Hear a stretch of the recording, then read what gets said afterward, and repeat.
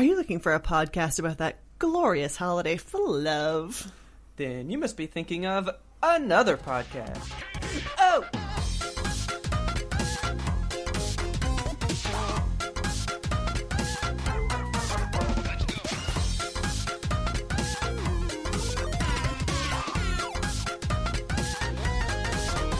Good evening, Kelsey. Good evening, Robert. How are you? I'm fantastic. How are you? I'm okay. I've missed you. I don't think I've heard your voice in like 2 weeks, right? It's been 3 weeks. We didn't record the past 2 God. weeks. So for people that are not time traveling, those listeners out there in Podland, we recorded 4 episodes in 10 days. And then Robert left for the UK, and we didn't record for 3 damn weeks. Yeah. And here we are, together again. Oh man, The I dream can't wait team. to tell you about more time travel. Oh yeah, I want to hear all about it. Wait, you're not coming back, are you? No. Okay, whew. No, but I gotta tell you about my time traveling coming back. Yeah, I'm interested to hear. So, when you left the U.S., Okay. coronavirus was like just at like its nascence. It was just beginning to bud. Okay. It just landed in the U.S. for the first time, and now this is riveting shit for you guys. There's 1,000 deaths worldwide with it. Damn. Last I heard it know. was 700. Yeah, it's Yeah. just going up every day. But yeah, like 42,000 cases, 1,000 Shit. deaths. But now it officially has a name because coronavirus is the name of like a group of diseases and stuff. So, Yeah. or a group of viruses, I suppose. But Okay. it's another calling it COVID-19, which sounds very secret. Okay. Cool. But That just sounds like way mysterious. I know. So I'm curious what your travel experience was like with COVID-19 afoot. So, I don't think this happened when I left the U.S. When I left the U.S., it was just like, I think they just kind of went, "You been to China? No? Okay." And that was it, right? Yeah. Leaving the U.S., I mean, not too many people wearing masks. There were, like, a couple, maybe. Uh-huh. Of course, like, I mean, that's very stereotypical, but, like, all the Asian people were wearing masks, right? Yeah, I mean, I think that generally in Asian cultures, masks are seen as it's not shameful to wear. Like, you should wear a mask when you go out in public. If Well, there's a that's what sickness I was like this telling afoot. somebody, because I was like, well, they usually do because the smog they have in Japan and stuff. Right. You know? Like, that's like a fashion item for them. Like, that's why they make those really cool ones. You know? Yeah. Because they wear them a lot there. And the population over there is just so much denser that, like, if you're coughing out yeah, in public, it is way more likely that you're going to be spitting on somebody because Oh, you're yeah. within spitting distance of, like, 50 people. Yeah. So, yeah, masks are, like, no big thing for them. So, leaving, that was pretty much it. It was not a big deal. Coming back, I was literally asked, had I been to China about 50 times Are you in sure? boarding Have you been? it and all that shit. Like, it was But, everywhere but you did turned. you go? Did you go to China? Are you sure? I had to get a special stamp on my boarding pass that said that I answered that question Wow. or something. So it was like, go to check my bag, right? Like I printed up the little thing, printed up my boarding pass, and I get in line to check it. And in the line, people were like walking by, going like, "You been to China? You been to China? You been to China? You been to China?" Oh my god. And then when I got to the end of the line, they asked me, had I been to China, and asked Did why, anybody why respond I was here. yes? One person did, yeah. Did they pull him out of line and beat him to death? Well, they pulled him out, and I never saw them again. Well, they incinerated him. Bye. So they asked me that then the machine, so in the UK, when you like check your bag, you like put it on the belt and you scan the tag yourself and then just like answer questions at like a little screen. Okay. There's not like a person that's like standing there going like, "Do you have any explosives or anything you shouldn't have?" You know. Yeah. So even on the screen, it said, "Had you been to China?" I said, "No."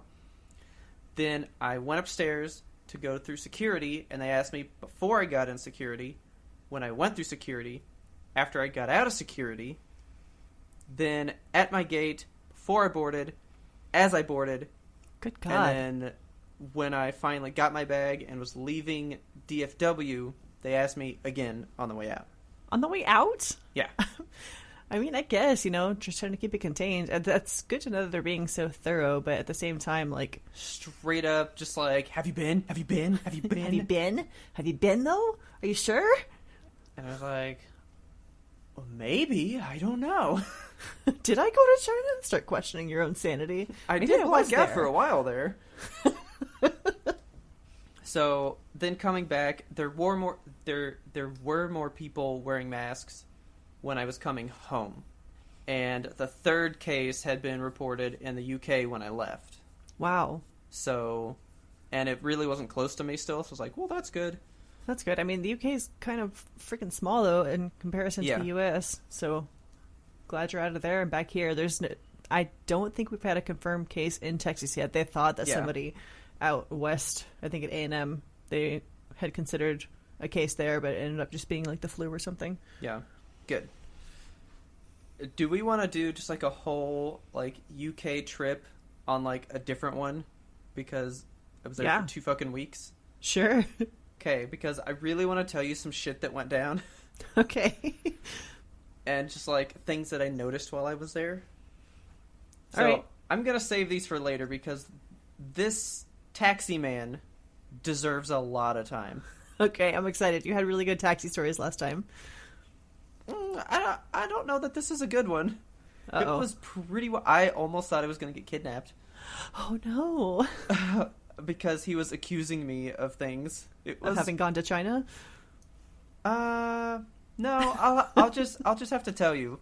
Okay. All I can say is my taxi ride to the airport when I was leaving, he was a conspiracy theorist like no other that I've ever known. Hell yes, I love crazy conspiracy theorists. And he was telling me the ways the world works, man. Some of these people are just totally walnuts. I love to hear it. I'm gonna save that for next time, maybe. All because right. Well, it was like a 2-hour trip, so I mean, he had a lot to tell me. You know? All right. He was spouting some shit at me. I learned nothing, but he thinks I'm gonna like come home and just like know how everything works now. All right. Well, the world is flat, and I am thirsty. I was really hoping that he was a flat earther guy. Was he not a flat earther? I don't know. We didn't get into that. He was more didn't have time like, for that? He was more like politics, and I think he secretly really hated American people. Well, can you blame him? Although all he said was, I have nothing against American people, but here's all the things I have against them. All right. It's pretty amazing. I'm going to go ahead and crack mine. Ew, that sounded weird. Ew. Mine's a plastic bottle, though. Oh, I was like, what is that? It sounded like you were like peeling a crunchy leaf off. I came home. Got to watch the Oscars. Yeah, you got home in time for the Oscars. Miss it. I'm so excited. So, here's the thing. I did another ballot when I was at my mom's, right? Okay. Because she had like printed one out, and I was like, I'm gonna try to remember what I picked, but I wasn't sure, and I ended up with 14 on that one, and I had less on my real one. Oh, okay. So you went back and listened and you got the answers from the podcast? I did. Okay. Well, I had saved my PDF of the ones that I picked last time. So I have clear evidence of what I picked before. Good. And I butted them up. I have my thing. All right, I have my total. We don't know yet who won the bet. I'm so excited. Oh, I'm guessing you didn't have 14 because you would have been like, yes, I nailed it because he had less. Okay. I'm concerned though. 14 is high in comparison to what I got. Who should say first what they got? I'm gonna go first. No, okay. I'm not. You're gonna go first. Okay. Because you're worried. So just go ahead and rip that Band-Aid and tell me how many you got. Okay. My total was 9 correct. 9 correct. Okay. So my total from the podcast, not from the one after, right? Right. 11. Oh, boom! No! I don't want to play the pony fighting game. I think I know what we're gonna play, All and right. you actually want to play it. Oh, good. because I came home. So I basically had Sunday before the Oscars to do whatever, right? Yeah. And I was like, I don't really know what I want to do. I was like, I'm just gonna like mess with some games. And I was like, I'm gonna update all of my stuff. So I updated like my driver card and all the apps that I use and shit. Uh-huh. And when I was updating the Xbox Game Pass one, it was like, look at all these games that have been added since you were here last, right? Yeah. And I was like, fuck! There are so many good games! Dude, my rat game is on there. Rat game? Oh, Vermintide? No, a Plague Tale. Right.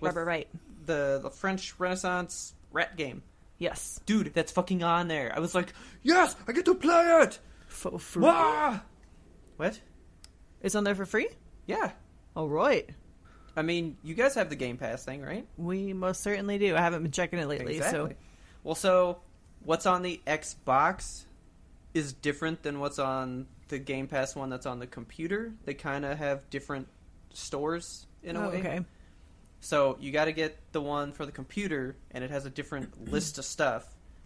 But A Plague Tale is on there, and I was like, I'm downloading that shit. And then I was like, no fucking way. Gris is on here. What? That That's the watercolor one. game. Yes. Yes. So I was like, oh, it's kind of short. I kind of have all day. I was like, I'm going to start playing it, right? Yeah. I started playing it. It is so moving and so beautiful. I can't even handle it. It's so awesome. I so love excited. it. I want to play that instead. Yes. All right. Yes. It's so fucking pretty because I just want to watch you cry at the... First of all, you're an art person. Yes. And the way... So the deal is the world basically goes like black and white. Uh-huh. And you're bringing the different colors back in. So like when you bring in a certain color, that color washes in where it would be and kind of like makes the world look a bit different. Okay. And then like highlights things that weren't there before. And it's just... You're going to love it. I'm excited. You're going to fucking love it. I'm pumped. Oh man, it's so cool. So yeah, that's our game. I've officially decreed. Boom. Sweet. Okay, we're gonna get that tweeted out, and then we will get it scheduled out, and we'll let you guys know when we're gonna play it. So it'll go up on Twitch, and it'll be available on YouTube shortly thereafter. Yes. So, Oscars. What did you think? Did you even watch them, or did you just kind of like keep up a little bit?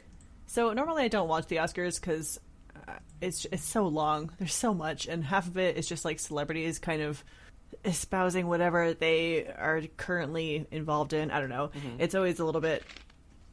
What's the word I'm looking for? Where celebrities just kind of get up there and bloviate about shit, you know? I would just say it's just... They get pompous. On their soapbox, man. Yeah, dude. It's pompous.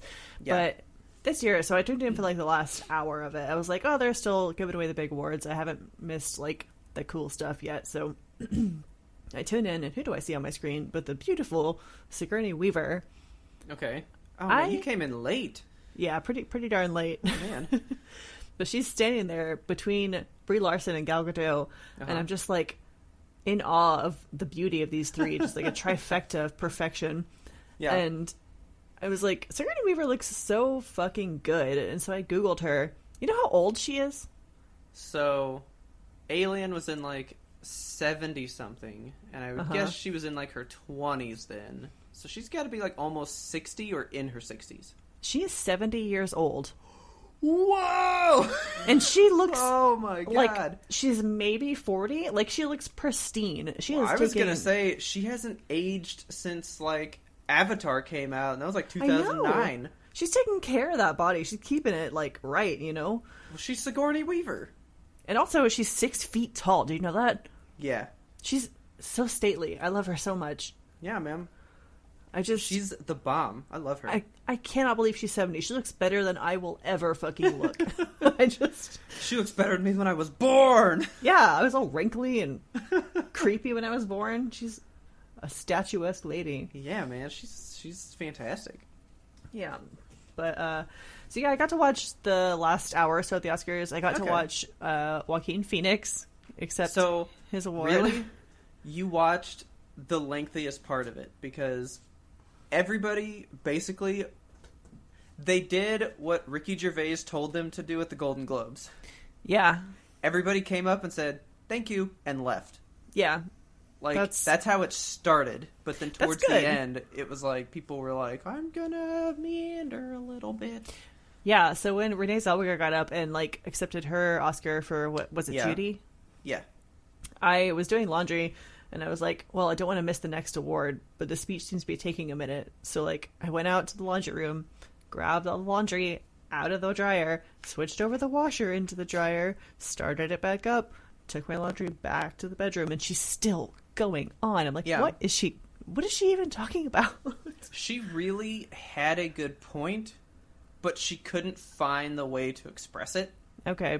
Was kind of the deal. She was basically saying that, like, Judy Garland is a hero, and I think she was saying, like, she looked up to Judy Garland, and she looks up to all the people in, like, the crowd, and she was like, when you meet your heroes, sometimes it can be good, and she was just basically talking about heroes help teach us what's good and bad, and Judy Garland is a good person to be your hero.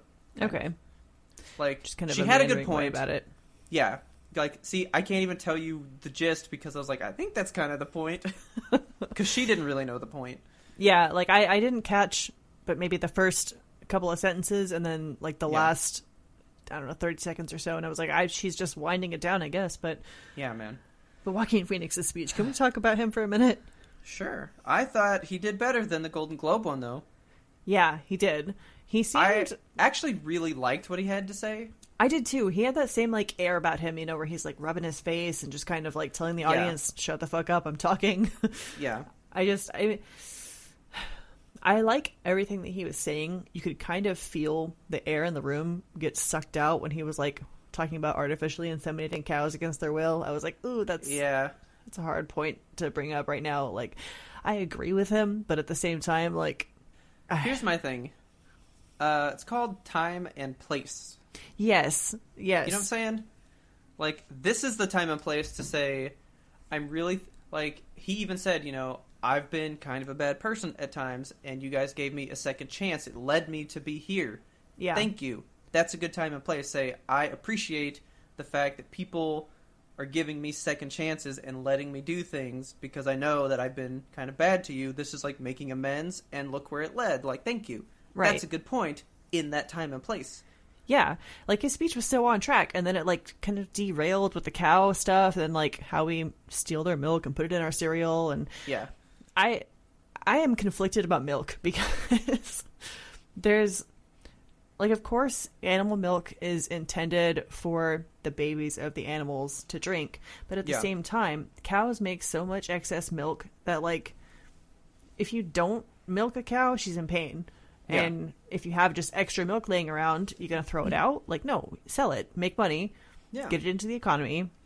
And also, nut milks are, like, really bad for the environment sometimes. Like, almond milk apparently is causing a huge carbon footprint or something. I don't know. I'm not, like, super learned on it, but I just know that there's... The milk industry as a whole is problematic. But, again, time and place. He just... Exactly. Like, he kind of went off the rails, but then he brought it back at the end, just saying, you know, like he said, just kind of... He made a point to say we have to stop canceling each other out, and that's like a big thing that's happening right now. And it was internet actually culture... the end of his thing that really got me, because he was like... Because, like, I was like, all right, where are you going to go with this? Because he was talking about how it's not about race. Like, we keep talking about race, and like it showed like Janelle Monáe there, you know, and she was kind of like wet, you know. Yeah, she kind of had this look, and he goes, it's not about race, it's not about men and women, it's not about this. He was like, it's about humanity, and if all of humanity decides to be good, good will happen. And I was like, that's actually a great point. And then he did make me cry a bit, because he was like, my brother wrote a song lyric a long time ago. His brother was River Phoenix, you know, who had died, and he was a actor from like Stand By Me and stuff, you know. Right. And he was like, he wrote this lyric, and it was actually very poignant what he said. It was like, if we all come together with love, peace will follow. And then that's what he ended with, and I was like, bomb! That was awesome. Good job. But the milk thing still. Yeah. You know? He brought it home, and then he... Yeah. I hope that he, like... I feel like we're kind of watching his psychic turmoil happen in real time, you know? Like, post-Joker, he's been a little bit wild in his interviews and stuff, and I just hope that he's okay and that he has somebody, because he's clearly like going through something, you know. And I just, it's hard to see celebrities falter like that, because they're humans too, and a lot of people forget that, you know. He gets up there and he talks sadly about his brother who's passed away, and it just kind of reminds you that he's got humanity in him and it needs to be recognized. Yeah. But I actually really liked this Oscars. I was like, maybe we don't need a host, because I thought this was a great one. It was really fast. I thought it was way faster than anyone has been lately. It was off by 10:30 instead of usually 11:30. So historically, do they have just like one person who hosts the Oscars? Yes, it's always one person that kind of like moves between the segments and like will tell a joke in between and announce all the people.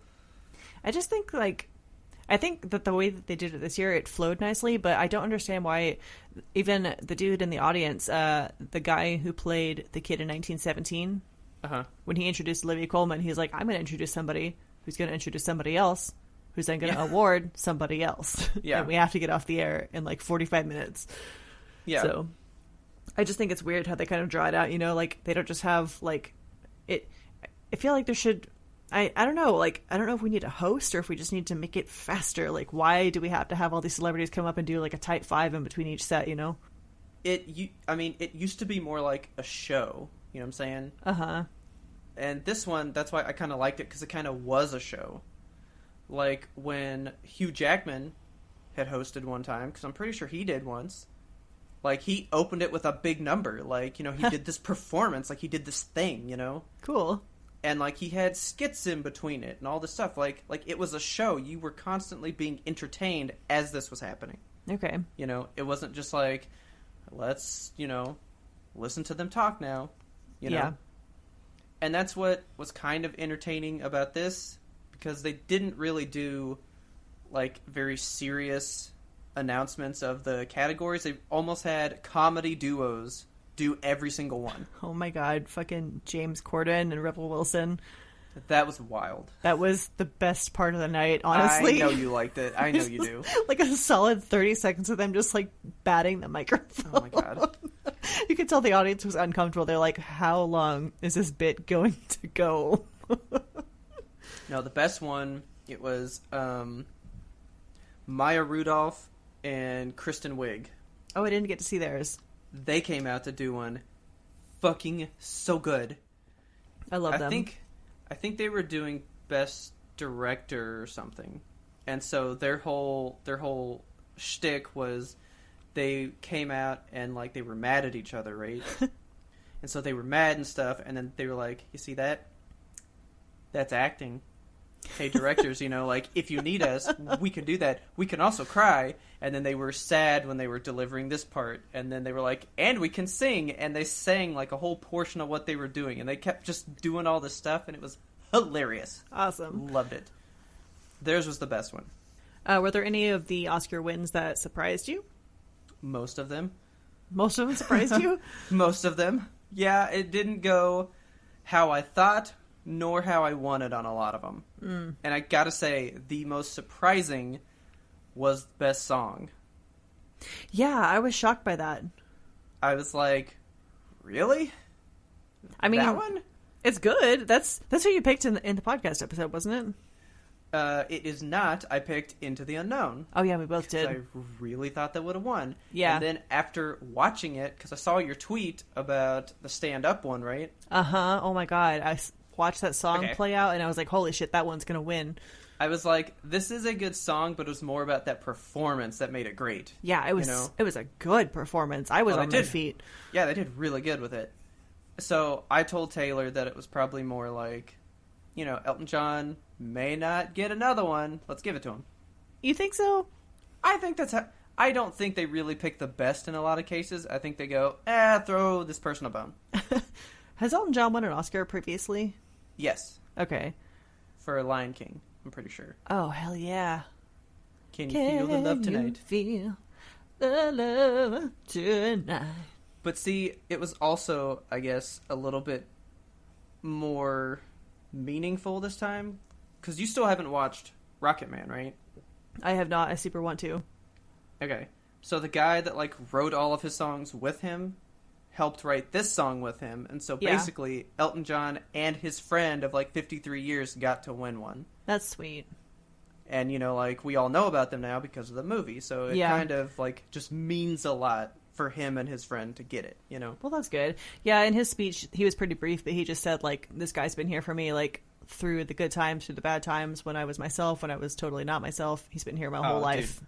When you watch that movie, you'll know and be like, that was actually really sweet. Oh. Like, I was like, I really appreciate this, but I don't think it was the better song. Okay. Because I thought that the Toy Story one and his basically were just the title of the song repeated ad nauseum, nonstop the whole time. You know what? I actually, I was at a baby birthday party the other day. Our dear friend Jean, her little baby turned 1.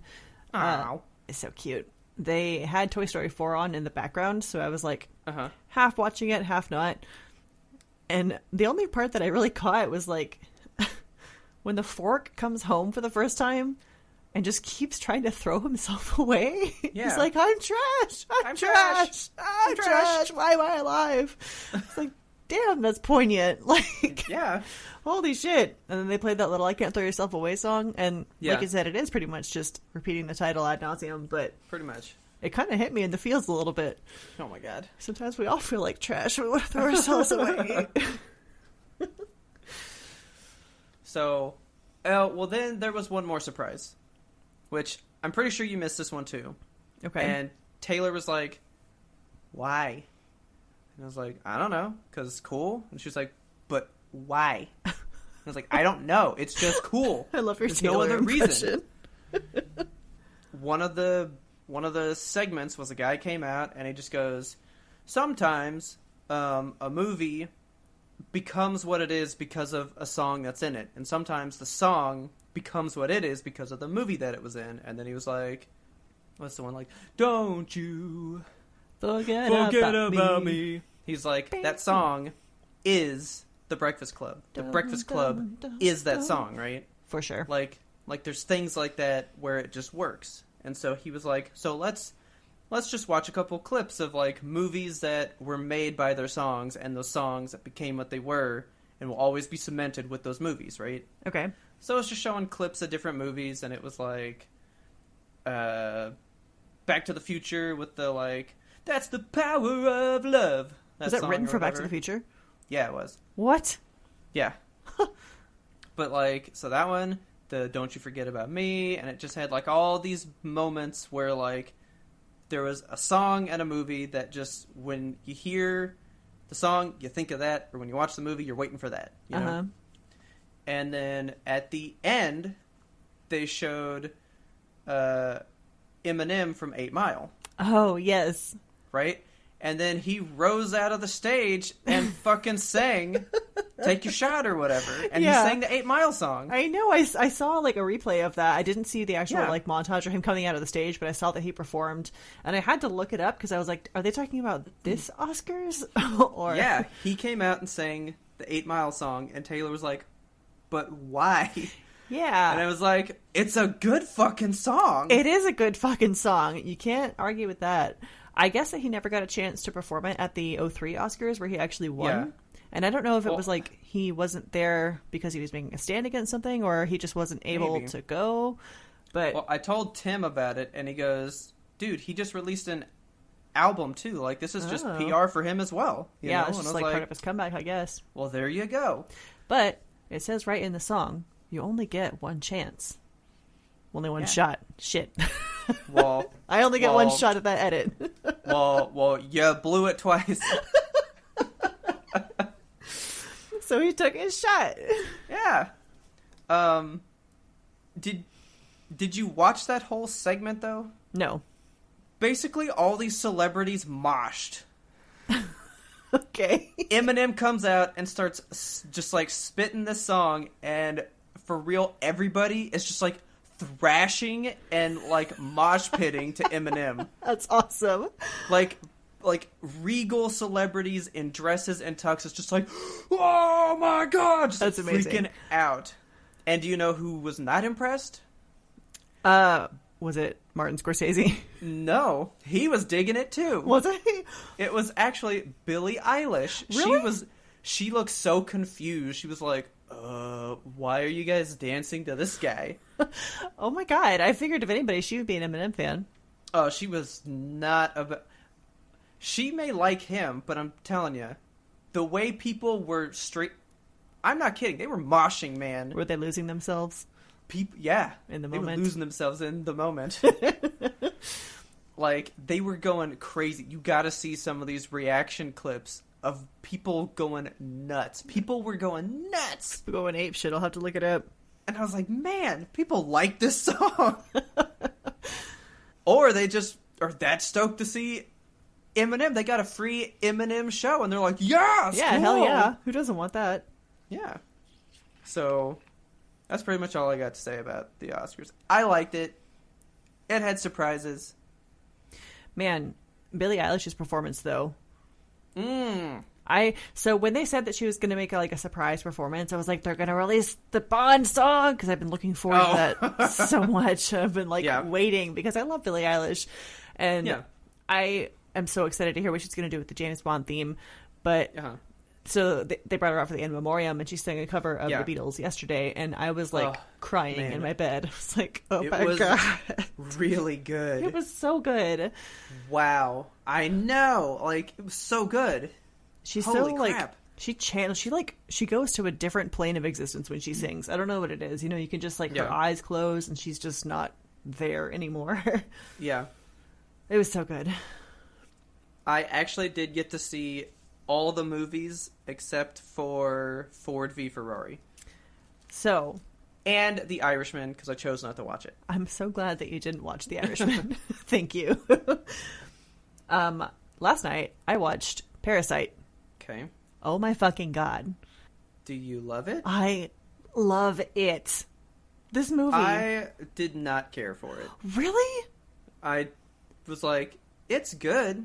It's not great. Oh my god. The movie, the way it starts in one place. So I didn't know shit about this movie. I went into it thinking it was about a physical parasite, because the title Parasite, I'm just assuming that it's about some kind of disease or something, but no, it's this family it's the metaphorical parasite. Yeah, so they're living in poverty, and then they kind of work their way in through a little bit of con artistry into a rich family's graces. Yeah, the son is working as a math English tutor.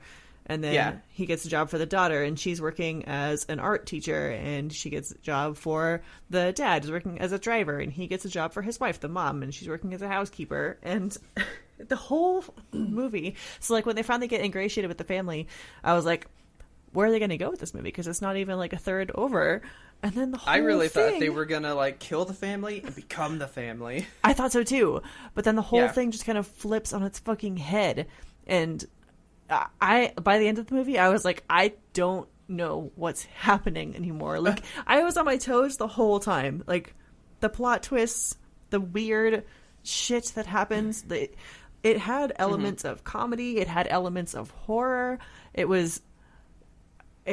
The plot is, I don't have words for it. For me, I don't know, I was left with, what was the point? It was such a beautiful narrative, and you get to see, I don't know, it was just looking at poverty through a different lens, well, that's what I said was good about it. It was showing off a part of the world that is not really shown. Yeah, because the part that really got me was when their house floods. God, I was crying during that part. I was like, that's the part that I was really wow. It was so sad. Man. So I'm gonna pull spoilers here. Okay. Because Taylor also loved it. My mom also really liked it. And I'm the one going, eh. So I want to ask you about the ending, because that's where I got let down. Yeah, so that part... So tell me how it ends to you, because Taylor takes a different ending.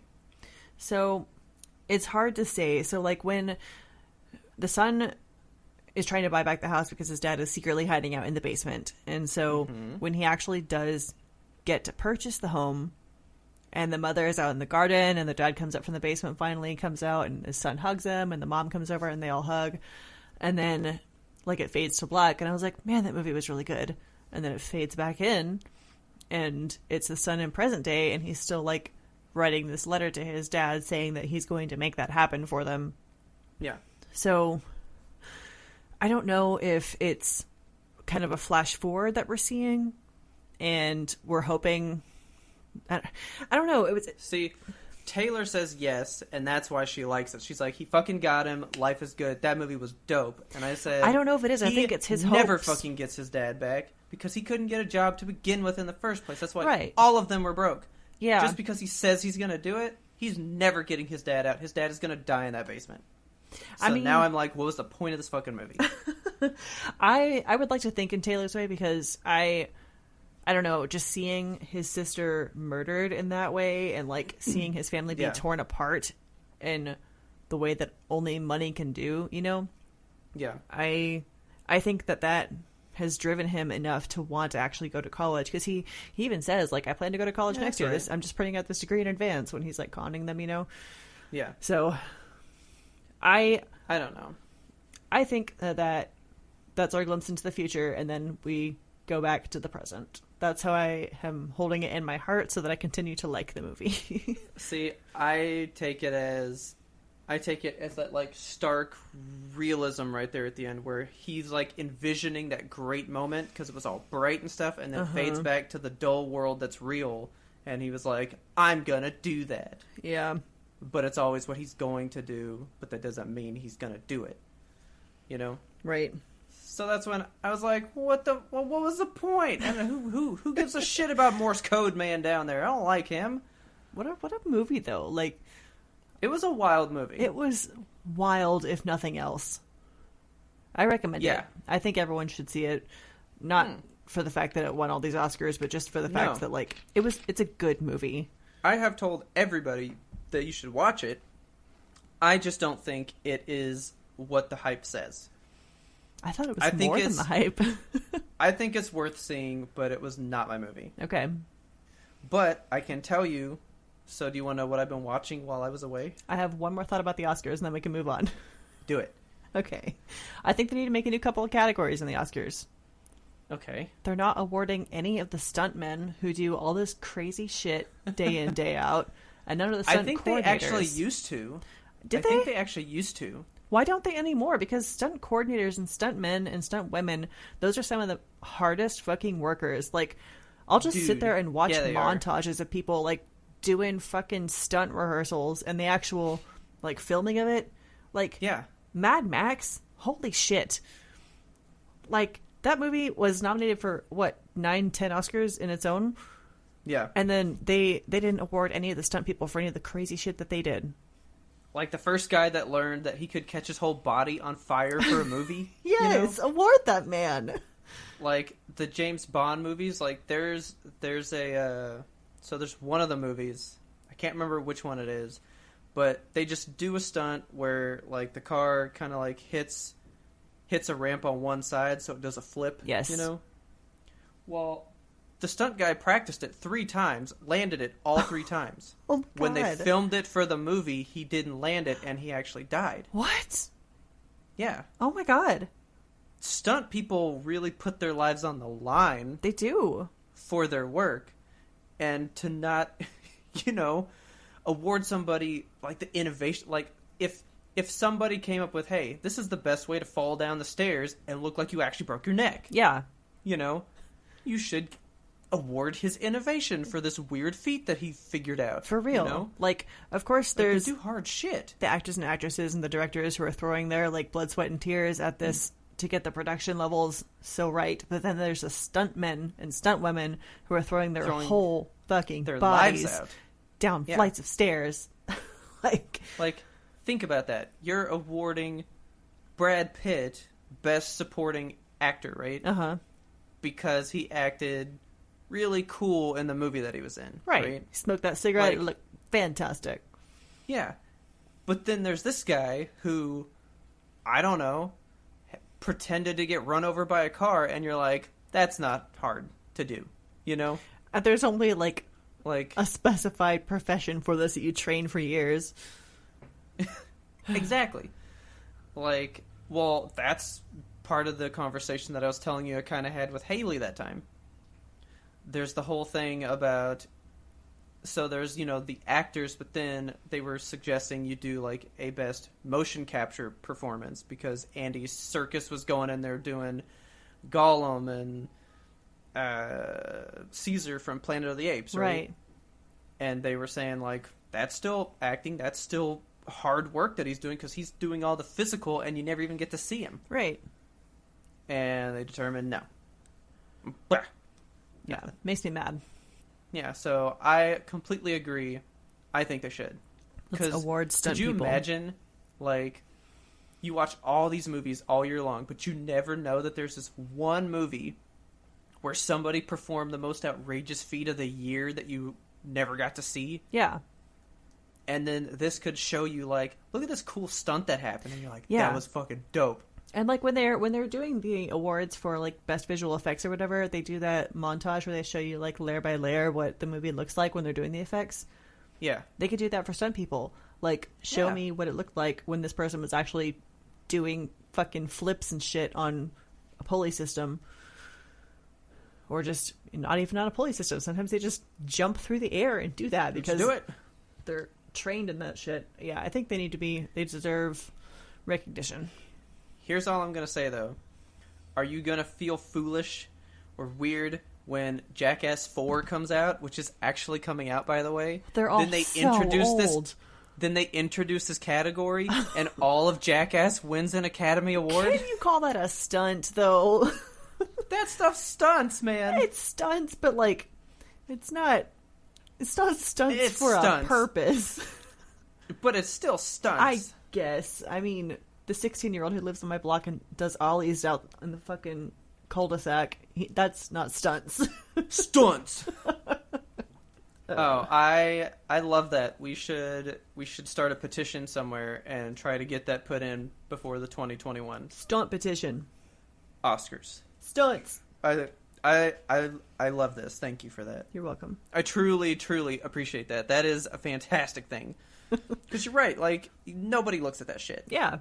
And, like, half the movies that people like, they're thinking about some crazy stunt that was in it, you know? Did you know that one part? The lady who plays Mulan is going to be doing... She did, like, 90% of her stunts. Awesome. I know. That fucking... Oh, well, see... The trailer when she, like, kicks the spear out of the air, I lost my shit. But see, now you're saying, put stunts in there, right? But you're basically saying, let's give Tom Cruise an Academy Award every year. Does he do all his stunts? Yes. That's his whole gimmick. Really? His whole gimmick is that there's no stunt double for him. It's Tom Cruise. Do you know why there's no stunt double for him? Because he can't die. He's too little. Tiny man. It's a little.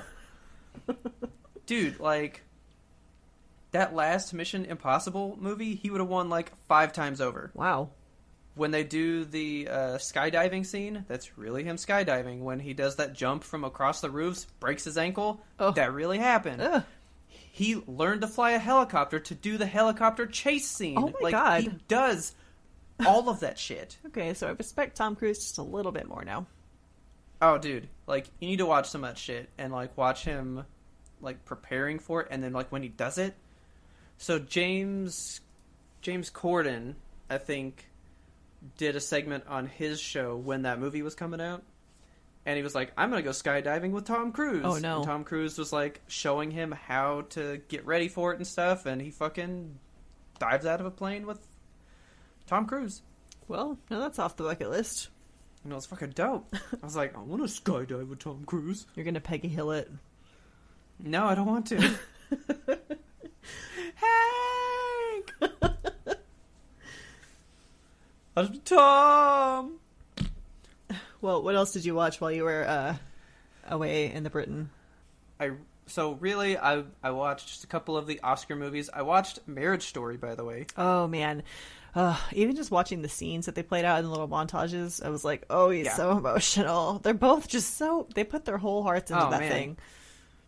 The movie is not about are we going to get divorced? It's, we're getting divorced. Here's the proceedings. Ugh. You know? Yeah. And I already told Taylor, was like, all right, we get married. We hate each other now. We're getting divorced. There's only one way out. I was like, Guns. It's fight to the death. Whoever dies, they get murdered, and that's it. It's done. Oh my god. No other way out. Because after watching that, no thank you. Well, I really need you to watch it, though, because I want to know. yeah, that's a ringing endorsement for it. I just really want to know what you think about it, because the movie does really good at saying, like, here's why she thinks he's bad, and here's why he thinks that she's bad. But you never really have proof of what the other thinks, but you do see some things that are true. So you never really know who's right, who's wrong, or anything like that. That's the thing about a relationship, is that, like, a little bit everybody's it's your right perception. and everyone's wrong. Yeah. Exactly. Like, the whole movie is kind of shrouded in this mystery of, like, it's not like you can just say, he was bad for this. Yeah. She thinks he was bad because of this, but you never really see him do those things. Okay. He thinks that she was bad for these reasons, but you never see her do those things. Man. So how do we know that they didn't happen, or that they didn't happen? Like, we don't know. Yeah. They did or they didn't. We don't really see either side. We have hints that it's true, but no, like, proof. You know? Okay. And so it's just interesting because I don't really have a side that I think they were in the right. I don't have a side. There was nobody that was on a break here, okay? But there's a clear winner and loser by the end of the movie, though. Okay. I think it's definitely worth a watch. I don't think you're going to enjoy it and be like, that was a good movie. Okay. Because I was literally just sad the whole movie. I was like, this is sad. Yeah. This is sadder. It just, more sadness. It looks sad top to bottom. Like, it doesn't look like it starts happy. It doesn't look like it ends happy. But then that's the thing. There's parts in it that are just so funny. like laugh out loud funny. All right.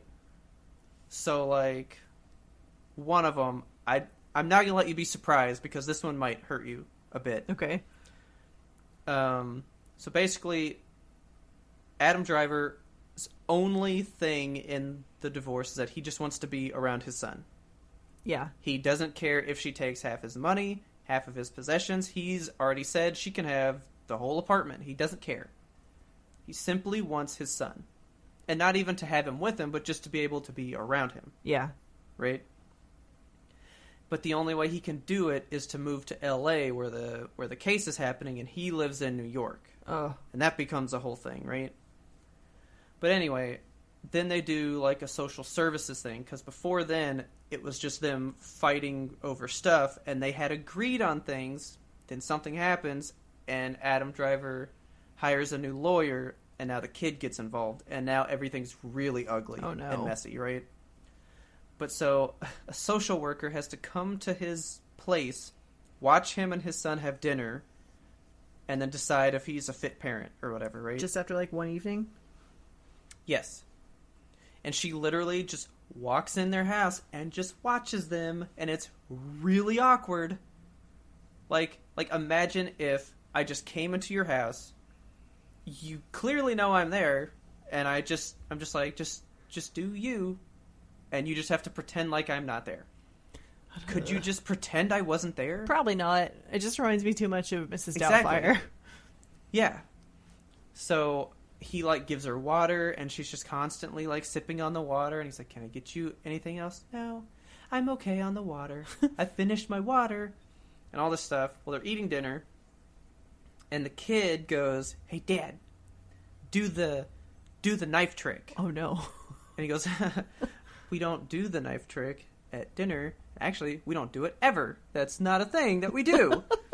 And he's like, "Well, you said that I could have a knife." And he goes, "Yeah, when you're older." And he's like 10? He's like, "No, like 20. And so they keep talking and stuff. The kid goes to bed, and he's kind of talking to the social lady, and she's just like staring at him. Like, she just doesn't talk, right? Yeah. And he just goes, So anyway, the knife trick. My wife got me this little like box cutter knife. It's on my keychain, and he's like, and what I like to do is I pretend to slice my wrist, but I close the blade and I don't really do anything. Oh my God. Then he pretends to do it and slices down his entire fucking arm. Oh no! He slices so much of his arm, Kelsey. Oh, on accident or on purpose? Yeah, no. Accident. He goes, God. I didn't retract the blade. Oh, fuck. And she's like, are you okay? And he's like, yeah, I'm totally fine. Everything is fine. I'm good. Do you like to do things? And he's just like bleeding all over his blue button-up shirt. No. And he's just like rolling down the sleeve, trying to cover it up. And she's like, I think I better go. And he's like, if you must, that's okay. So he stands up. He's literally just dripping blood all down his arm. If you could see my face right now, I'm clutching both of my wrists. Okay, but wait. So then she can't get the door to open. So he's trying to help her with the door, just smearing blood all over this white door. The driver, no. And she's like, she's like freaking out. It was so funny. Okay. And then he like lets her out. And he's like, oh, thank you for a nice evening. And she's like, thanks for the water. Jesus. And she leaves. He closes the door, and then he's like, fuck! He starts to finally freak out. He cleans it all up, and then he just passes out on the kitchen floor, and the kid's like, you okay, Daddy? And he's like, I'm just gonna stay here tonight. And he goes, okay. Oh my God. Can I have milk? And he goes, you can have all the milk you want, pal. And he pours himself some milk and leaves his dad on the floor. That part's pretty hilarious. It sounds brutal as hell. It was wild. God. It definitely doesn't fit in with the rest of that movie. But anyway, so then I've been watching a shit ton of Dragon Ball. Good Lord. I watched so much Dragon Ball. Okay. Ferdin, you're going to love this. I fucking love Dragon Ball, dude. You're like neck deep in it. It's the bomb. It's so good. And it's not even Dragon Ball Z, what most people like. It's the one before it still. Like, I still haven't even gotten to the one that people like, and I'm already all about this shit. You're all the way in Dragon Ball A. You got a lot to go through. I love it, man. I fucking love it. I can officially say it's another anime that I checkmark. I like another it. one under the belt. Under the towel. Oh, I'm still not done with it. And I'm like 100 shows in. Fuck, how many shows is it? Like 150 or something. Okay. That's a hefty amount. I'm close. But so, when I was time traveling, coming back to the U.S., right? Yeah. 10.5-hour flight. Ugh. I watched 5 movies, and 4 hours passed in like the clock. Oh my God. Because I left at noon, got in the U.S. at 4:45. That must have felt like a fever dream. It was pretty awesome. I was like, I wish I could watch movies like this all the time. What movies so did you I want to tell you what I watched. Yeah. Because I have a surprise on one of them.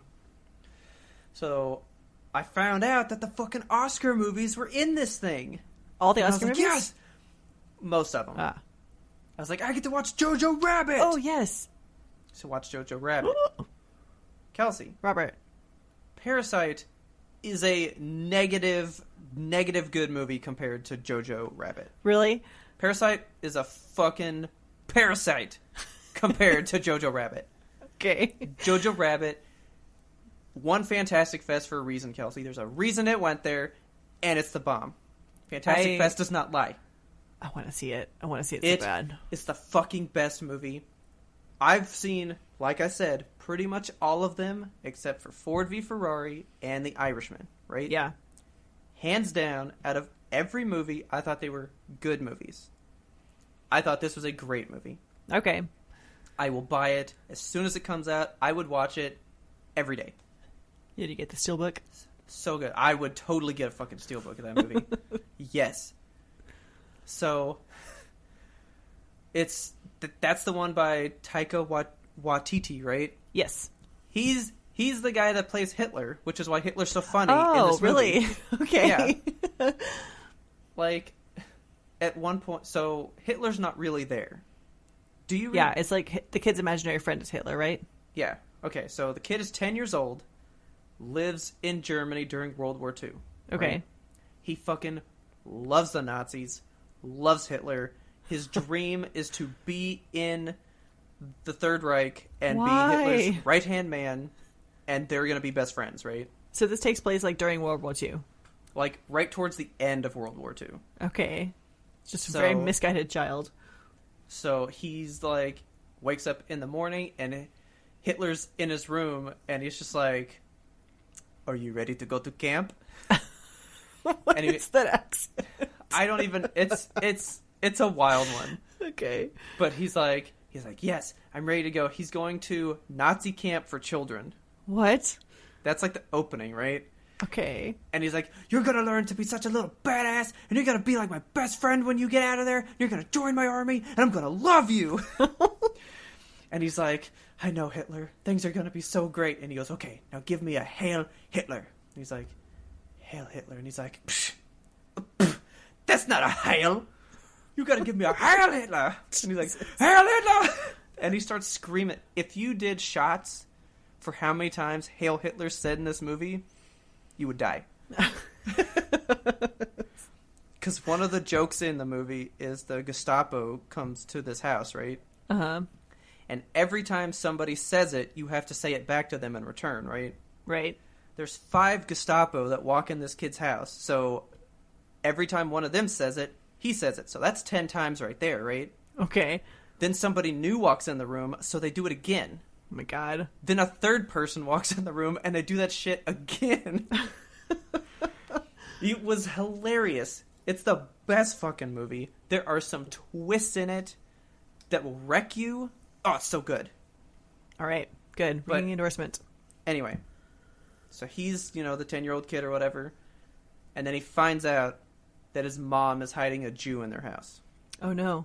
So he's the most Hitler-loving kid on the planet, and there's a Jew hiding in his house. What do you do? That's the movie. Oh, fuck. Okay. It was so good! All right. Oh, man. Like, as soon as it ended, I was like, I could watch that again. Ah, so good. So then I watched Parasite, right? Right. That's good. I felt a little awkward during one part, because, I'm watching it on an airplane seat. Oh, my God. During the, like, awkward parental sex scene? Yeah. I was like... Man. I was like, oh, no one look at me and judge me. Fast forward.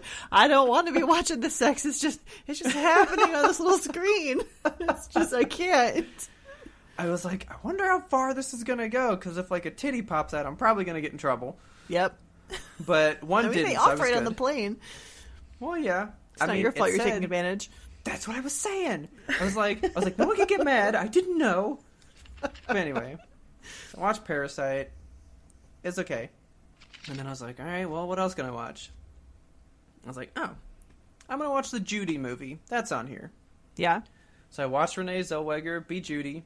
And yeah, dude, she won for a reason. Did she be Judy? Oh, man, it was so good. It was really good. I love Judy Garland. Just a horribly sad movie as well. Yeah. Her diet consisted of like 70 cigarettes and painkillers, and that's it. Pretty much, yeah. So you kind of get like into like why she's the way she is, Yeah. And I actually didn't know she lived as long as she did. How long did she live? She died in like the 40s, right? No, because I guess Wizard of Oz came out in 39. Yeah. And so she was maybe 14 or 16 then? Yeah, she was pretty darn young. Yeah, so I thought she died like maybe in the 50s or something. Yeah. Maybe it was like 20-something. But she actually lived to be 47. Okay. I was like, wow. Okay. Fantastic movie. I liked it. If you can let go of stuff and just be a sappy human, you'll definitely cry. Okay. Because at the very end, I was like, if this happens, if this is what they do, if this particular thing happens, I will cry. And then that's exactly what happened. And I cried on the plane. Oh. What was your seating arrangement on the plane? Were you like in a middle seat? Oh, I was alone. Oh. Every time. It was great. Lucky you. But so the planes that I was on, there's like, there's like aisle, middle, window seat, right? Yeah. On both sides of the plane. But then on this plane, there's also 4 seats in the middle of that. Yeah. Yeah, so I was always in the middle seats, and I always chose the corner one. And you had like the whole row to yourself? Both times, yeah. Oh my god. It was dope. Of course, what's the last song that gets sung during the Judy Garland movie? Oh, Somewhere Over the Rainbow. Somewhere Over the Rainbow. That song in its own just makes me cry. In her final performance at this London show that she was doing, right? Mm-hmm. And the whole movie is she's doing the shows because she's flat broke and needs to make money because her husband or her ex-husband is trying to get the kids from her and have them live with him. Yeah. And she has no money, has no home, she has nothing, so she has to make money to buy a home to be able to get her kids, right? Yeah. Well, then they decide to live with their dad and not with her after she's done all the London shows. What? And so what is Somewhere Over the Rainbow about? It's about hope and the good things that can be somewhere else, right? Yeah. And she's singing it knowing that there's nothing better for her. Because the one thing she wanted is gone, which is having her kids, right? Oh, okay. And she breaks down crying on the stage and doesn't sing. And so what's the thing that I said, if it happens, I will cry? What happened? I said, if the crowd sings the song for her, I will cry. And what happens? The crowd sings the song to her instead. And I cried, Kelsey. I cried.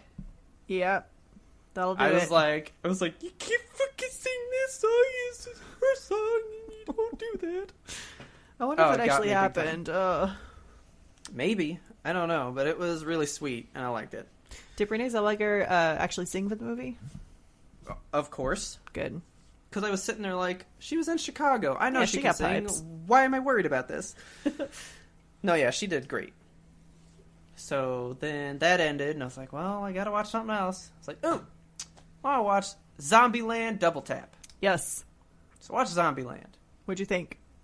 I liked it. It was really good. Yeah. But, of course, I was sitting there going like, dude, that first movie is legit perfect, though. I know. It can never be what that was. You can't top it. No. But it was really good, and I liked it. Yes. It was actually better than I thought it was going to be, even from what you had told me before. I was like, of course it's going to be good, but I really liked it. And then I had a certain amount of time left on the plane ride, and I found a movie that was that exact limit of time. Perfect. And I was like, sure. I'm going to watch The Calmest Astronaut. Oh, you watched it? So I watched The Calmest Astronaut. On a plane? What'd you think? Did that stress you out? No. Oh my god. So I watched it and was like, that sure is a movie about nothing. Isn't it? It sure is the Seinfeld of space movies. Oh my god, nothing happens in that movie, but also everything happens. Yeah, I was like, and this is this part. Yep, that's pretty much what Kelsey said. Like, I was reliving how you explained it to me as I watched it. Like, I love this movie so much, but also it's not a good movie. Like, objectively, it's not good. I just love it. It is really. It's not bad. It's not. I mean, there's no point. It's like drinking water.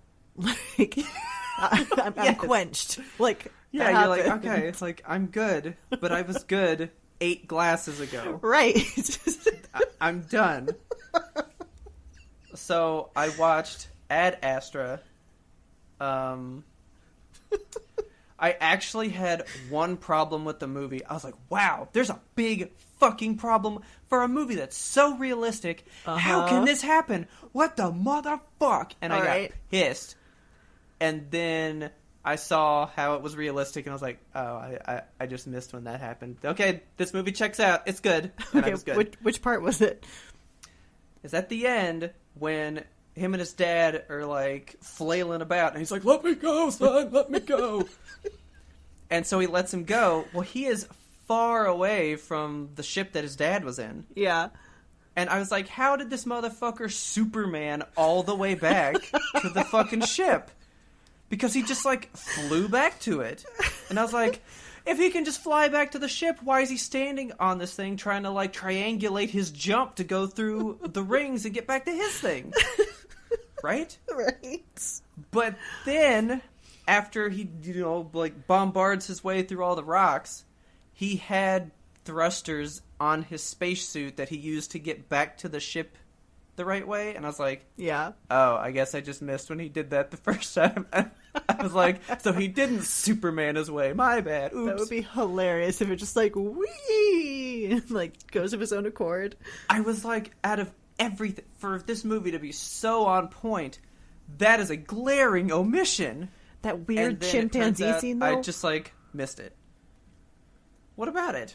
What'd you think? I just like how he was a lot of rage there. I was like, yeah, there sure was. He just tapes up that dude's face. Okay, I was like, dude, it has been way too long. No, he's dead. Why? Why are you wasting your time trying to do this? Just so calmly taping his helmet back up, you're gonna be okay. I can get him up.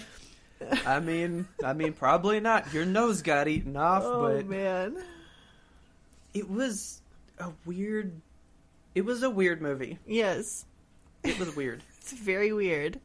I'm not sad that I watched it. I just was like, this is everything Kelsey said it was. I knew what this was gonna be, and it was exactly that. Yep, 100%. But I did like the end, though, that, going through this whole thing and kind of, coming to terms with his dad. Yeah. He finally is going to be not about his work. Yeah. And be with his woman and be a better guy. It's really just, one man's psychological journey, you know? Yeah. I was like, all right, this is good. There was a part that I kind of laughed at. I think it's, during his 80 days to get to his dad. Uh-huh. He was just slowly going crazy, and he was just, saying shit to himself. Uh-huh. And there was one that he kept saying, and I just laughed, and I don't even know what it was. One of the parts that got me was, when he was on the moon, and they were, driving that car, and one of the dudes just gets shot, and he's like, guess I'm driving now. Just, dumps that dude's corpse out. What are you doing? He's got a mission. They were escorts. He served his purpose. It's done now. It's the wildest movie where nothing at all happens. Yeah. For real, so much, action-y scenes for you to go, I sat in space for, 100 days. I'm so glad you watched this movie. I had to. I just knew that with my 2.5 hours left on the plane, and it was 2:20. I was like, this is perfect. Perfection. It suits what I need. I'm gonna watch it, and I'm quenched. I'm quenched. That was pretty much all I watched. Well, while you're away in Brexit town, did anybody So Brexit was happening while you were over there. So really. Everybody just asked me what I thought about Donald Trump the whole time. Why? Everybody wants to know what I think about him. What does anybody think about him? He's a big, stupid idiot. I was telling somebody else that, and they were like, why don't they care about their queen? And I was like, oh, they all hate the queen. Really? They hate the royal family. Oh, they hate them. Huh. They absolutely do not like them. Nobody cares. Well, apparently the royal family even hates the royal family. Were you over there for, the royal family breakup? When, what's-her-face, Meghan Markle and the ginger man moved away, they were like, we're leaving the royal family. Oh, I heard about that before I went. Okay. And that they were, talking about it or something. Because she, took a part that she wasn't allowed to, and they were like, we're doing it anyway. Bye-bye. Okay. But yeah, you were over there, during a historical time. Oh, I never really turned their TV on at all. Okay.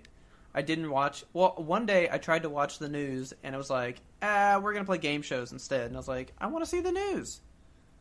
And there was no news. Well... Oh, wait! I didn't tell you about my other movie. Oh, shit. 1917. Oh, yeah. Ooh, tell me about it. Tell me what you thought. So, I wrote down what I thought about one part, because I knew you would like it. So, spoilers again. So, I tried to go to the 4DX theater for this one. Yes. Right? Okay, I guess there's not smells. It's not gunpowder and all, like smelling the bullets, right? I'm disappointed. Well, when I went, it was broken, so they canceled it, and What? I didn't get to go.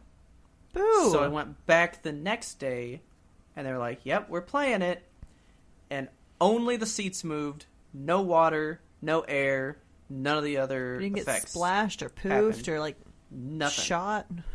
No, just the seats moving. Okay, well, how'd that feel? But it works. That really works. Was it like an intermittent massage, or was it like the No. whole seat throws you? No, I hate it. It literally spiked my anxiety levels Oh so no! hard. So when it got me, it's when they first go into the German base and my the God. mouse trips the tripwire, right? Yes. So at that point in the movie, I Okay. literally like leapt and did a duck and cover. Okay. You could not have seen it with the way this seat moved. I can't even If- imagine. If my watch had been recording my heart rate at that time, it'd have been like 209. Oh my God! I was like, I'm legit uncomfortable. I was like, oh my God. I was so stressed during that part. It freaked me out. Yeah. It fucked me up. So that, but here's the part that I wanted to tell you. I legit wrote this down after I left the movie. I was like, I have to say these words to Kelsey. Okay. So it was after they were going through no man's land. The guy cut his hand on the barbed wire fence, right? Oh yeah. He like kind of wraps. Well, no, he didn't even wrap it up yet. And they slip down the thing, and he lands with his hand in a dead body. Yep. His cut hand in a dead body. Do you know what I said to myself? I legit said this out loud to myself. What'd you say? I said, well, that's going to be Infection City. Ain't that the truth? So I have a note here that just says 1917 Infection City. I wrote that down 2 weeks ago to say just that to you right now. Perfect subtitle. Ugh. Infection City. Man, that But, movie stressed me out with the amount of like. I thought about that too. Like whenever he's just like he's got that open wound on his hand, he's just like touching death and know. like going through rats and dirt and bombs, and I'm just like, boy, that is just. I don't even have words for the amount. You're gonna lose that hand. You're gonna lose it. Like they losing can't that hand. They can't do shit for you. What are they gonna do? Pour whiskey in it? Like I know. it's 1917. They don't have medicine. So, I mean, just full spoilers for this one. Kelsey saw it a long time ago. Yeah. You guys should have seen it a long time ago. Should've. Get over it. Dude, like 20 minutes into this movie, I'm like, main guy can't die? I know. And then his face got so white So from blood loss fucking that I went, white. I said, main guy's gonna die. You can't come back from that. And he died.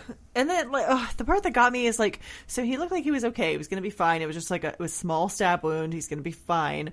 And then he, like, gets him under the armpits and tries to pull him up. And when he pulls him, the blood gushes. And also, like, ripped him a bit. blackness gushes out of him. And I'm like, oh, that's your intestines. You're done for. That's it. You can't come back from that. It's 1917. Infection City. You can't go back from that. 1917. Oh my God. That fucked me up so bad. I did not expect him to die. I Sweet know. baby dying in the war. Like, here's what got, like, for some reason, when I was watching this movie, I didn't see two soldiers. You know how, like, when, like, you watch, like, war movies, you see, like, oh, well, that's soldiers. Like, man, that's tough, right? Yeah. I don't know. The way, like, the guy that winds up living was kind of, like, picked for the job, but he didn't really have anything to do with it, and he just has to fucking go through with it. And I was sitting there going like, yeah, man, I gotta fucking do all this UK payroll shit that I don't want to do it. I'm like totally with you, man. I just like saw him as a person that happened to have this shit happen to him, and I just felt for him because it wasn't his fault. But fuck, you got to do it. It's almost like he had to do it. Like your hero's movie, Kevin Smith's Clerks, wasn't even supposed to be here today. Oh my God. You know, I've seen that movie like the one time. Yeah, that's all That you is need. like That's like not my movie. My movie is Jay and Silent Bob Strike Back. Oh, okay. Like all day, every day, watch that movie. Nah, but this fucking war movie, man. I felt for everything that was happening because I was like, these are just people that honestly, at the end of the day, don't know what they're doing. Like, I know. I wish don't know how to beat somebody else like that, you know? Yeah. I wish that kid had been nominated for Best Actor because I feel like he would have won. Oh, he was good. He was so good. Like, the part where the fucking, like, wagon that he's in stops, and he's like, we have to get this moving. And all the soldiers are like, oh, we're not in a rush. And he's like, I have to get it moving. Everybody get the fuck out. Help me push this shit. I'm like, oh, you gotta help him. His friend died. And just help him push it, please. Oh, man. But yeah, that single shot shit, it killed me. Like, oh, the anxiety keeps you in it. Ratcheting and ratcheting. No minute to breathe, no minute to rest. You really felt it until, like, he hits his head and he blacks out, and I was like, oh. Yeah, dude. It's over. That was a wild movie. Yeah. What did you think? Even after watching it, I was like, that was a good movie. But I didn't think it had any shot at winning. Really? No. Oh. God, the part that got me the most is when he's, like, floating down that horrible river, and it's, like, so tumultuous, and it's just, like, you feel the stress of it, and then he gets to the end, and it's just, like, peaceful floating for a minute, and the cherry blossoms come down, and everything seems like it's gonna be okay, and then, like, corpses are just everywhere, and he just when he just, like, ends his float in the river in this, like, pile of dead bodies and all these cherry blossoms around, I was like, God, the horrors of war are real. That got me. And then when he finally gets there, and nobody will just fucking be like, the guy's there. Oh my God, I know. I was like, please. Everybody wants to, like, fight against him. Like, why are you while fighting he's doing this thing? He wants you to stop it. And then he fucking goes out onto the battlefield to get across. I was like, this dude is getting his shit done. He's a soldier. Yeah. And then when he gave his shit to his brother, I was like, all right, dude, every British dude in there was crying. I was crying so hard. I was just free flowing. All the girlfriends were like, really? I did love it. I thought it was great. I knew it was going to be as good as it was. So actually, I read about that movie when I was in the UK the last time. Yeah. While I was there, they had announced that movie in, like, September, right? Mm-hmm. That was a quick turnaround. Like, they announced it in September, and it came out in December. Yeah. Hardly any time to advertise. Yeah. And when I read about it, I was like, I have to see that. That sounds amazing. Yeah. And it was everything I thought the day that I first read about it. It was everything that I thought and wanted. It was great. Yeah, I'm typically not a fan of war movies, but that one just resonated with me. Oh, it was good. That was my thing. I just want to tell you that I loved it. It was beautifully shot. Yes.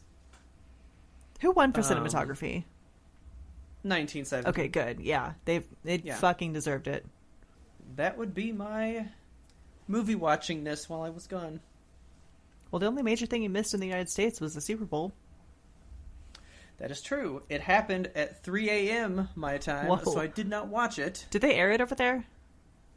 Probably. Because I know that they have it on in a few countries, but I wasn't sure, like, I actually don't know, because it seems like when it was happening live, I couldn't have watched it anyway. Yeah. I don't know. So I don't even know. The halftime show was super good. You missed that. I have heard things. Shakira's little Shagruda tongue thing. Yeah.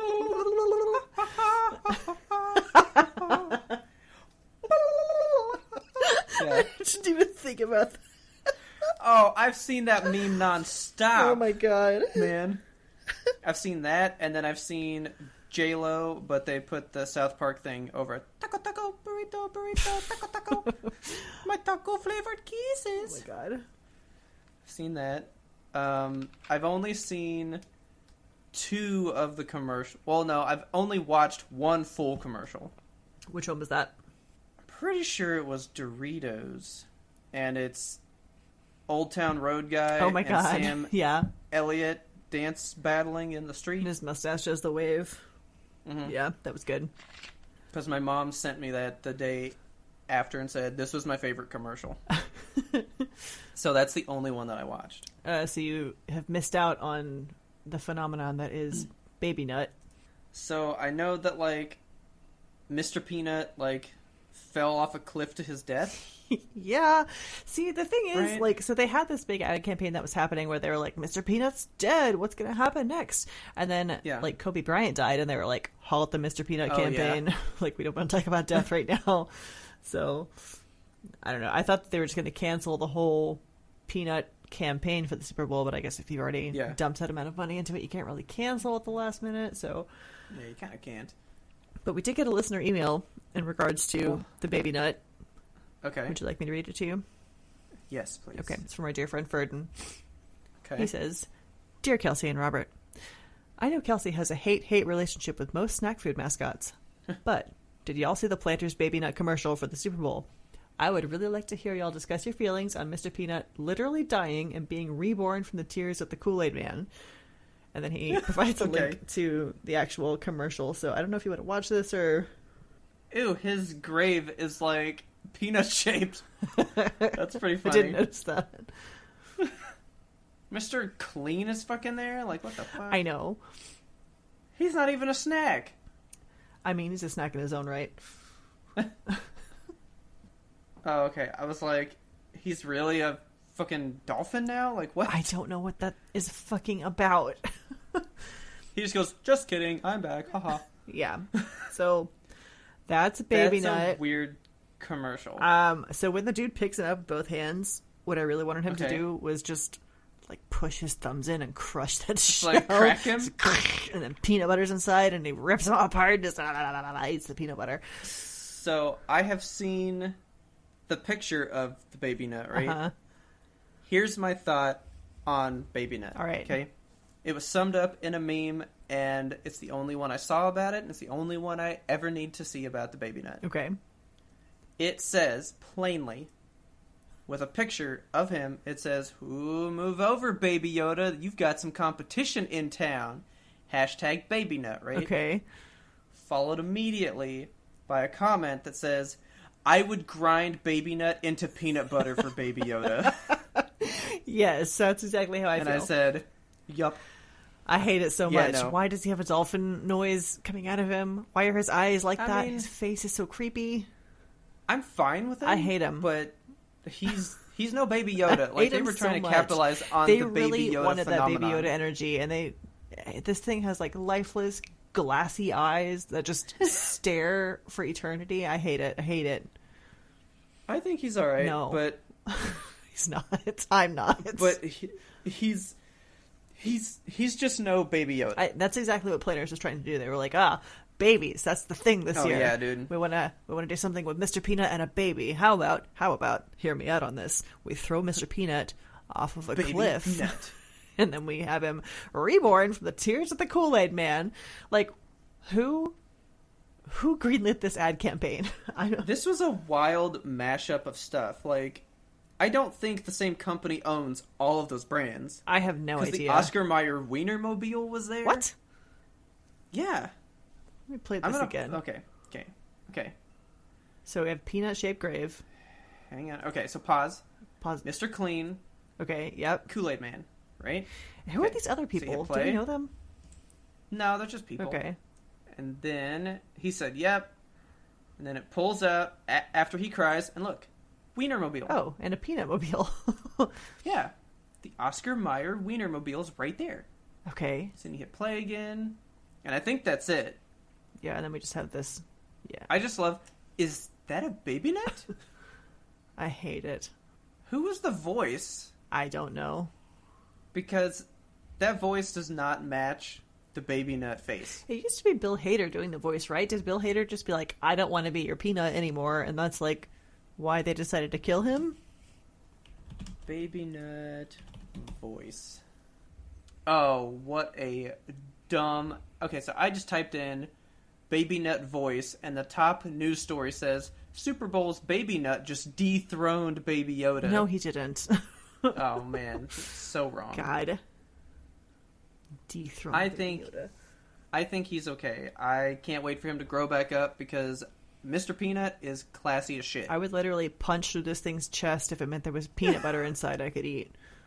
I would do it without the peanut butter inside. I hate him. I want to step on him.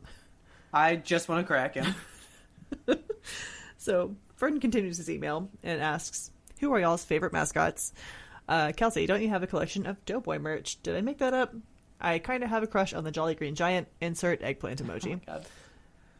And no sign off. I don't think you have a Doughboy collection. I think you just have that one Doughboy. You haven't seen my Doughboy collection? Oh, God. I have a Doughboy collection. I don't like this. I actually love the Pillsbury Doughboy. I don't know what it is about him. He's just so cute. A little tummy. Just want to push it. I love the Pillsbury Doughboy.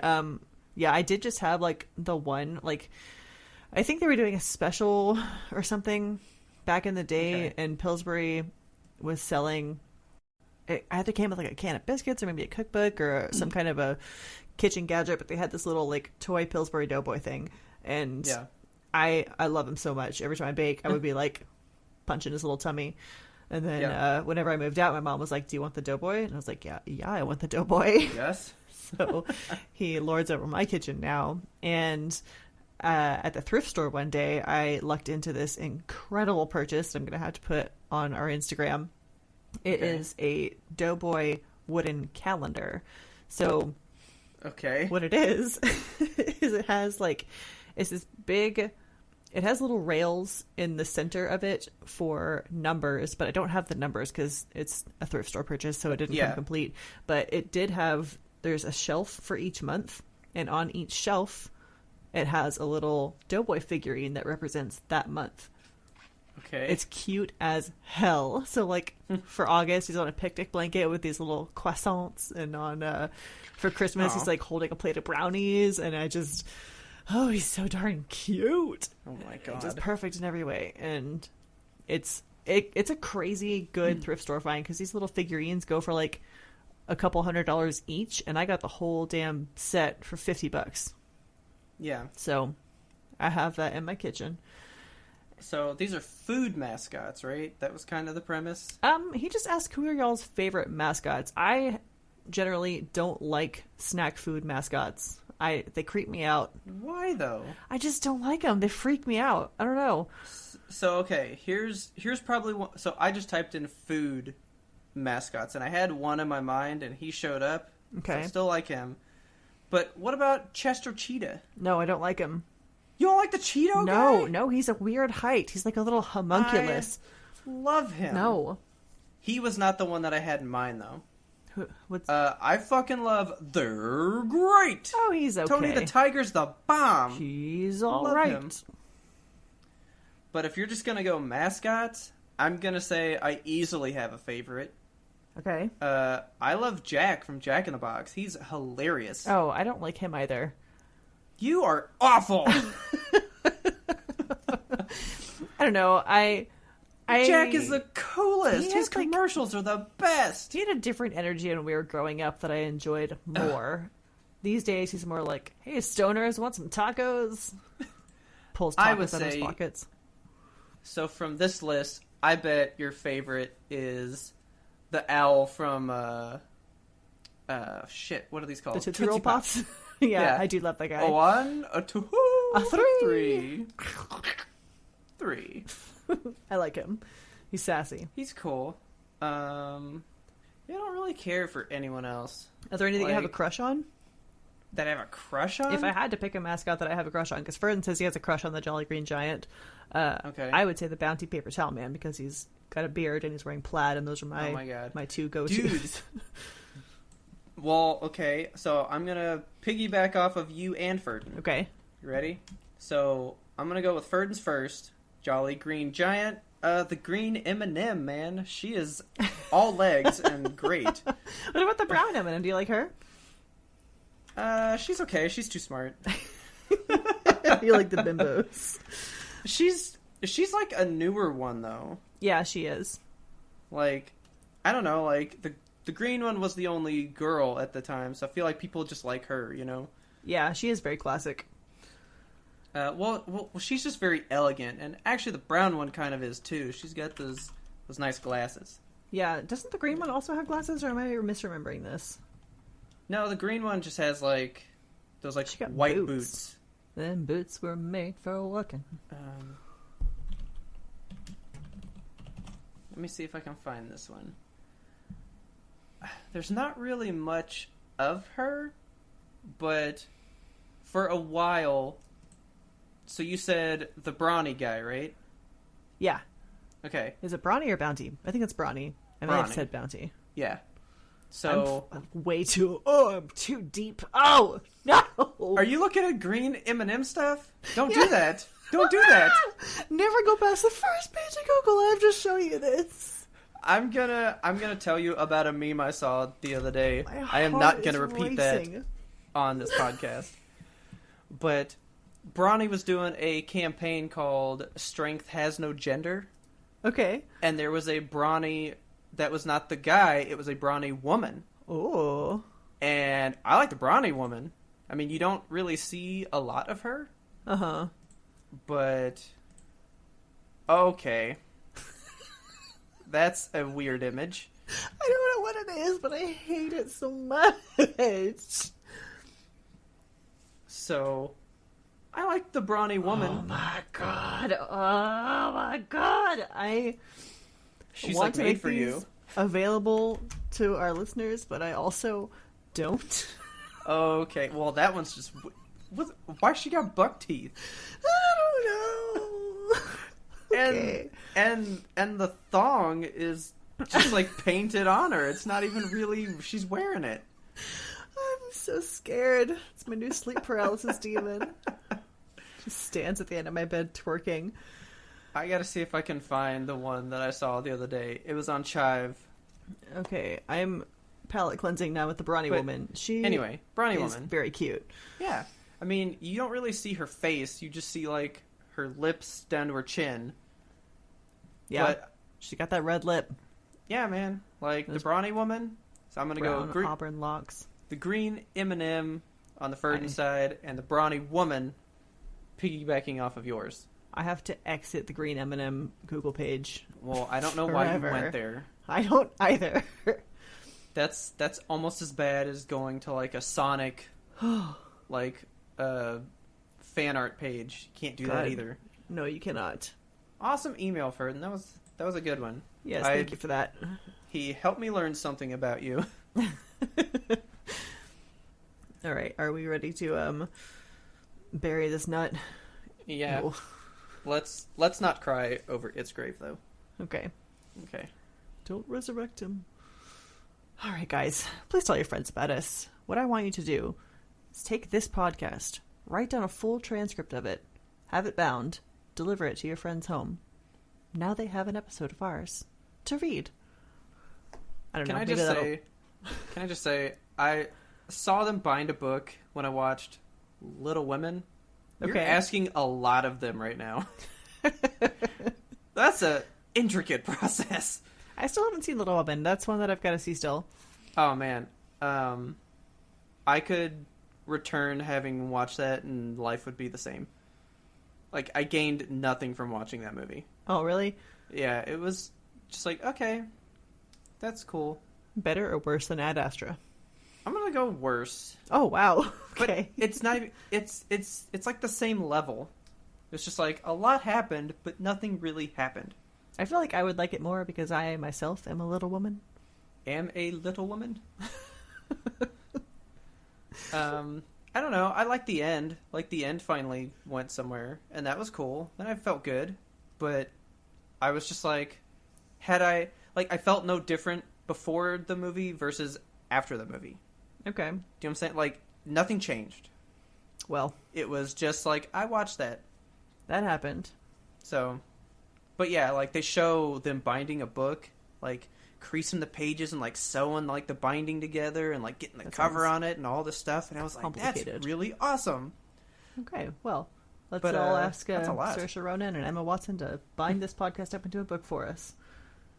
Once you do that, you can help us grow our audience by spreading the word to your friends via book, or if you want to make it easier, just take their phone, subscribe to us on any platform. They'll never ever miss an episode. We release weekly every single Monday. If you got a second to rate and review us on Apple Podcasts, that would really, really help. You can also find us and friend us on social media. We are at YMBTOAP on Twitter and Instagram. Be sure to go like our Facebook page, subscribe to our YouTube, where we put all of our episodes on. Well, we do it the same day, right? Didn't it come out when the show does? We sure do. Yeah, so whether you're going to listen to it on your favorite podcast app, or if you just have YouTube, which most people just have that lying around somewhere, just go grab it. Where'd I leave my YouTube? Show. I left it lying around here somewhere. Like, I know I got that YouTube somewhere. We also have our Twitch, which, get ready for another one. You guys like the Baba. Hell yeah. I got a really pretty game in mind, since I get to pick the next one. You guys are going to love it. I would recommend, when we do it, get headphones. Really let that music sink in. That music is so beautiful. We'll probably try to be quiet in some of those spots and let you guys feel it. It's just magical. So we'll get that out at some point. We'll enjoy playing that. If you would like to email us about the baby nut and how much you hate him and how much Baby Yoda's better, tell us what your favorite Super Bowl commercial was at ymbtoap@gmail.com. Send us some weird, what your favorite mascot is, too. Do you have a crush on a mascot? Tell Kelsey she's weird for not liking Chester Cheetah. He's like the coolest dude ever. He's so creepy. So, you know who else I like? Who? Not crush-wise. But, dude, Captain Crunch is dope. He's scary. I love My God. Robert, his eyes. You ever looked into Captain Crunch's eyes? Yeah, they're full of iron. His eyes sit on a different plane than the rest of his face. Like, literally, his hat is behind his eyes. I need you to look at a photo. I just was looking at a photo of him. Pull it up, zoom in on the eyes. I promise you to be disturbed. Like, okay, you know what? We're probably going to have a future show all about mascots, because there has to be several that you're not weirded out by or secretly hate in some way. There has to be. All right, we'll talk about mascots again in the future. Okay. Our theme song is The Grim Reaper Blows the Horn by Faraj. Please check him out on YouTube. And as always, thank you for listening. Tune in next time to get the answer to that burning question. How can we kill Baby Nut?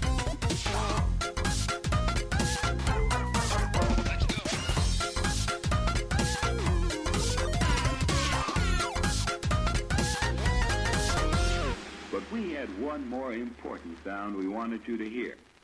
I'm giving this opener an eggplant emoji.